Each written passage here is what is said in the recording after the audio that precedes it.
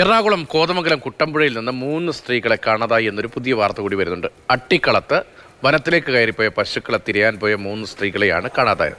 പോലീസും അഗ്നിരക്ഷാസേനയും വനം വകുപ്പും നാട്ടുകാരും ചേർന്ന് തിരച്ചിൽ നടത്തുന്നു എന്നാണ് വിവരം.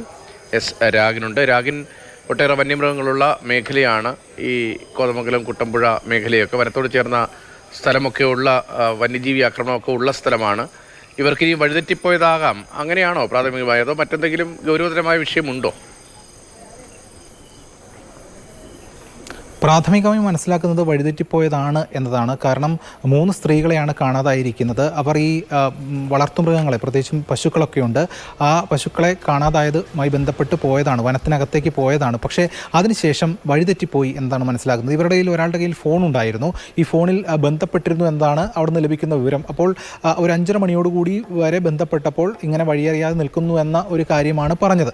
പക്ഷേ അതിനുശേഷം റേഞ്ച് കട്ടാവുകയാണ് ഉണ്ടായിട്ടുള്ളത്. പ്രത്യേകിച്ചും ആ സ്ഥലം എന്ന് പറയുന്നത് അധികം റേഞ്ച് ഇല്ലാത്ത ഒരു പ്രദേശവും കൂടിയാണ്. എന്തായാലും പോലീസും അതോടൊപ്പം തന്നെ വനം വകുപ്പും നാട്ടുകാരും ഒക്കെ ചേർന്നുകൊണ്ട് തെരച്ചിൽ ഇപ്പോൾ നടത്തിക്കൊണ്ടിരിക്കുകയാണ് ആ മേഖലയിൽ. ഇപ്പോഴും അവിടെ വിവിധ സർക്കാർ വിഭാഗങ്ങളൊക്കെ തന്നെ ക്യാമ്പ് ചെയ്യുന്നുണ്ട്. ഇതോടൊപ്പം തന്നെ ഈ 3 സ്ത്രീകളെ കണ്ടുകിട്ടാൻ വേണ്ടിയിട്ട്, എത്തിക്കാൻ വേണ്ടിയിട്ട്, സുരക്ഷിതമായി എത്തിക്കാൻ വേണ്ടിയിട്ടുള്ള പ്രവർത്തനവും നടക്കുന്നുണ്ട്. 7 ടീമുകളായി തിരിഞ്ഞാണ് വനത്തിനകത്ത് പരിശോധന നടത്തുന്നത്.